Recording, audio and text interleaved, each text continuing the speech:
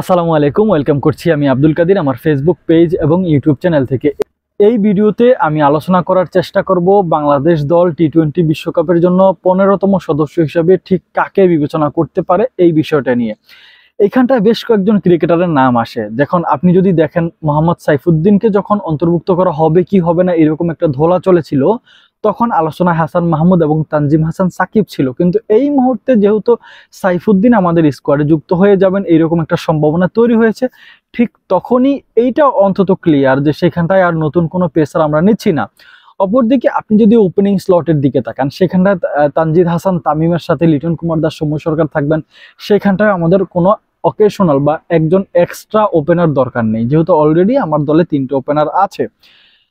এইবার যদি আপনি একটু স্পিনারদের দিকে আসেন, এইখানটায় যদি দেখেন আপনি শেখ মেহেদী আছেন, সাকিব আল হাসান আছেন, এইখানটায় রিশাদ আছেন, খুব একটা সম্ভাবনা আছে আলিসাল ইসলাম তিনিও ঢুকে যেতে পারেন। এই আলোচনাটাই আমরা পরে আসছি। মিডল অর্ডারের যেই পার্টটা, এই পার্টে আসলে আপনাকে দেখতে হবে সেখানটা নাজমুল শান্ত দলীয় অধিনায়ক, দেন সাকিব আল হাসান, তাহিদ হৃদয়, মাহমুদুল্লাহ রিয়াদ এবং জাকার আলী অনিক।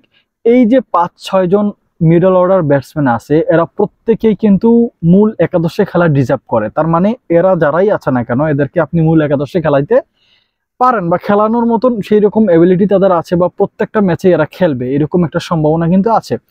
তার মানে যদি আপনি 15তম সদস্য হিসেবে কাউকে বিশ্বকাপ স্কোয়াডে নিতে চান, সেই ক্ষেত্রে আমার কাছে মনে হয় মিডল অর্ডারের একটা ব্যাটসম্যান নেওয়া উচিত। এখন মিডল অর্ডার একটা ব্যাটসম্যান বেশি নিতে হলে আপনি আপনার হাতে যে অপশনগুলো আছে সেই অপশনগুলোর মধ্যে থেকে কাকে নিতে চাইবেন। যদি আপনি চান যে একটু মোটামুটি ব্যাটিং করতে পারে বা স্পিনারদেরকে একটু সহায়তা করতে পারে, সেই ক্ষেত্রে আফিফের নাম এখানে আসতে পারে, সেক্ষেত্রে মেহেদী হাসান মিরাজের নাম এখানে আসতে পারে। আর আপনি যদি চান যে লোয়ার অর্ডারে বা স্লগিং ওভারগুলোতে গিয়ে আপনাকে একটু রান এনে দিবে, একটু হিটিং করে খেলবে, সেখানটা শামীম পাটোয়ারির কথাটা এখানে আসতে পারে। তো আমি এই ভিডিওতে এই 3 জনের টি-20 যে হিস্টোরি তাদের আছে বা টি-20 স্ট্যাটাস যেটা তাদের পরিসংখ্যান যেগুলো আছে সেইগুলো এবং লাস্ট 10টা ম্যাচের আলোচনা আমি করব। এরা যে খেলেছেন লাস্ট 10টা ম্যাচ, শুরু থেকেই যদি আমি বলি শামীম হোসেন পাটোয়ারিকে নিয়ে যদি আমি বলি, তিনি এখনো পর্যন্ত শামীম হোসেন পাটোয়ারি 19টা ম্যাচ খেলেছেন, 19টা ম্যাচ খেলে 254 রান করতে পেরেছেন। তার হাইয়েস্ট হচ্ছে 51, এই একটা 50 তার আন্তর্জাতিক ক্রিকেট ক্যারিয়ারে, টি-20 ক্যারিয়ারের কথা বলছি, এবং এভারেজ হচ্ছে 21, স্ট্রাইক রেট হচ্ছে 115, স্ট্রাইক রেট 115, মাত্র ওই যে একটা 50 বললাম, তার হাইয়েস্ট যেটা 51 রান সেটাই তার হাইয়েস্ট, সেটাই তার একটা 50। দেন শামীম হোসেন পাটোয়ারির লাস্ট 10টা ইনিংস যদি আপনি দেখেন, যথাক্রমে আপনাকে বলতে হবে 19, 22, 0, 0, 30, 0, 51, 33, 7, 9, এরকম ভাবে তার যেই লাস্ট 10টা ইনিংস, সেই 10টা ইনিংসে আপনি পর্যালোচনা করে দেখা যাবে 3টা ডাক আছে। শামীম হোসেন পাটোয়ারি যে একটা তো তার দুর্বলতা আছে যে তিনি লেগ সাইডে বেশি খেলার চেষ্টা করেন, লেগ সাইডে ছাড়া খুব একটা খেলতে পারেন না। তো সেই ক্ষেত্রে তার লাস্ট 10টা টি-20 ইনিংসের ভিতরে 3টা আছে ডাক এবং 2টা আছে এক অঙ্কের ঘরের ইনিংস, মানে 1 থেকে 9 ভেতরে তিনি আউট হয়ে গেছেন। এবং বাকি ইনিংস গুলো আছে যেমন 33, 51, 21, 19, 22 এরকম ইনিংস গুলো আছে যিনি 2 অঙ্কের ঘরে যেতে পেরেছেন। তো শামীম হোসেন পাটোয়ারির টি-20 ক্যারিয়ারটা খুব একটা বড় না, আন্তর্জাতিক সার্কিটে তিনি নিজেকে ওইভাবে প্রমাণ করতে পারেন না। স্ট্রাইক রেট 115, এটা দেখে অবশ্য আপনার বুঝে যাওয়ার কথা।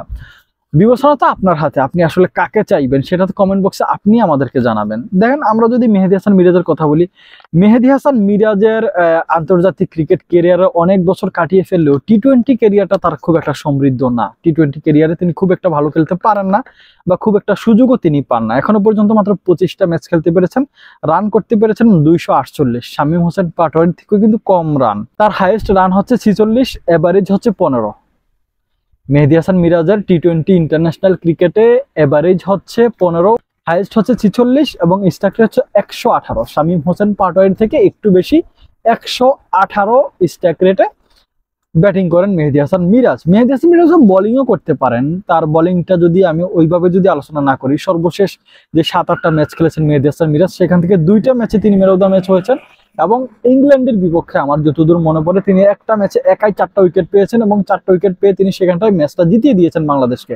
ঢাকায় সেই ম্যাচটা হয়েছিল। লাস্ট 8টা ম্যাচে তিনি 2টা ম্যান অফ দ্য ম্যাচ হয়েছেন, টি-20 ক্রিকেটের কথা বলছি।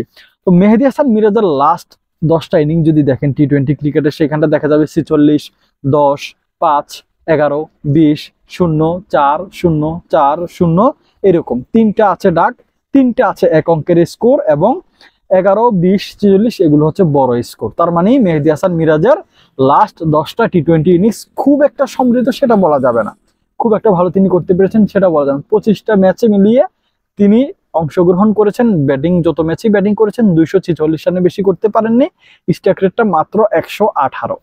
দেন আফিফের কথা বলি। আফিফের কথা বলতে গিয়ে শুরুতেই যদি আমি বলে রাখি, আফিফ হোসেন ধ্রুব, তাকে বাংলাদেশ ক্রিকেট বোর্ডের যিনি প্রেসিডেন্ট নাজমুল হোসেন পাপন, তিনি নাকি আগ্রহ প্রকাশ করেছেন যে আফিফ হোসেনকে নেওয়া হোক, যদি একটা মিডল অর্ডার ব্যাটসম্যান নেওয়া হয় সেখানটা যেন আফিফকে নেওয়া হয়। আফিফ হোসেন এখনো পর্যন্ত 69টা ম্যাচ খেলেছেন, এই 69টা ম্যাচ খেলে তিনি রান করেছেন 1109 রান। বোঝা যাচ্ছে অপর দুইজনের থেকে যোজন এগিয়ে আছেন তিনি। 77 হচ্ছে তার বেস্ট এবং 21 হচ্ছে এভারেজ, সেখানটা 119 স্ট্রাইক রেট, 50 আছে 3টা, যেখানটা শামীম পাটোয়ারির স্ট্রাইক রেট 115, যেখানটা মেহেদী হাসান মিরাজের স্ট্রাইক রেট 118, সেখানটা আফিফের স্ট্রাইক রেট কিন্তু আপনার 119।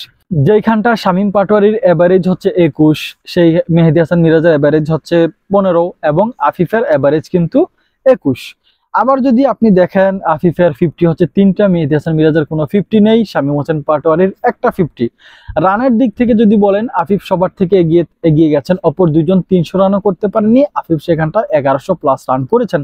অপর দুইজন যথাক্রমে 19 ম্যাচ এবং 25 ম্যাচ খেললেও আফিফ কিন্তু সেখানটায় ম্যাচ খেলে ফেলেছেন 69টা। তার মানে আফিফ অপর দুইজনের থেকে ভালো এক্সপিরিয়েন্সড, আফিফ কিন্তু বোলিংও করতে পারেন, মোটামুটি ভালো বোলিংও করতে পারেন। তো বিবেচনাটা আপনার হাতে। এবার যদি আফিফের লাস্ট 10টা ইনিংস দেখেন, 3, 24, 15, 2, 24, 23, 7, 20, 1, 4, মানে একটা ইনিংসও নেই তিনি 0 রানে আউট হয়েছেন এবং 2 অঙ্কের ঘরেই বেশিরভাগ ইনিংস তিনি খেলেছেন। মাত্র একটা বা দুইটা ইনিংস আছে তার 1 অঙ্কের ঘরে তিনি আউট হয়েছেন, যথাক্রমে 3 এবং 7, বাকি সব ইনিংসগুলোতে তিনি 2 অঙ্কের ঘরে যেতে পেরেছেন। তো আমার কাছে মনে হয় এখানটায় আমার ওপিনিয়ন যেটা, সেটা হচ্ছে আফিফ হোসেন ধ্রুবকেই নেওয়া হোক। কারণ আপনার যদি দেখা যায় সাকিব আল হাসান বলেন বা নাজমুল শান্ত বলেন, তিনি তো অধিনায়ক হিসেবে থাকবেন।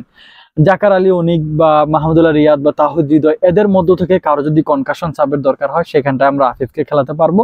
পাশাপাশি আফিফের থেকে একটু স্পিন হেল্পটাও আমরা কিন্তু পাবো, স্পিন বোলিংটা তিনি করতে পারবেন এবং আফিফের ফিল্ডিং সম্পর্কে আমাদের প্রত্যেকের ধারণা আছে। তো আমার ওপিনিয়ন যেটা, সেটা হচ্ছে আফিফ হোসেন ধ্রুবকেই নেওয়া হোক। যদি একটা মিডল অর্ডার ব্যাটসম্যান নেওয়া হয়, সেখানে শামীম পাটোয়ারি এবং মেহেদী হাসান মিরাজের থেকে আফিফ কিন্তু অনেকভাবে বা বেশিভাবে ভালোভাবেই কিন্তু এগিয়ে আছেন। ভালো থাকবেন, সুস্থ থাকবেন, আল্লাহ হাফেজ।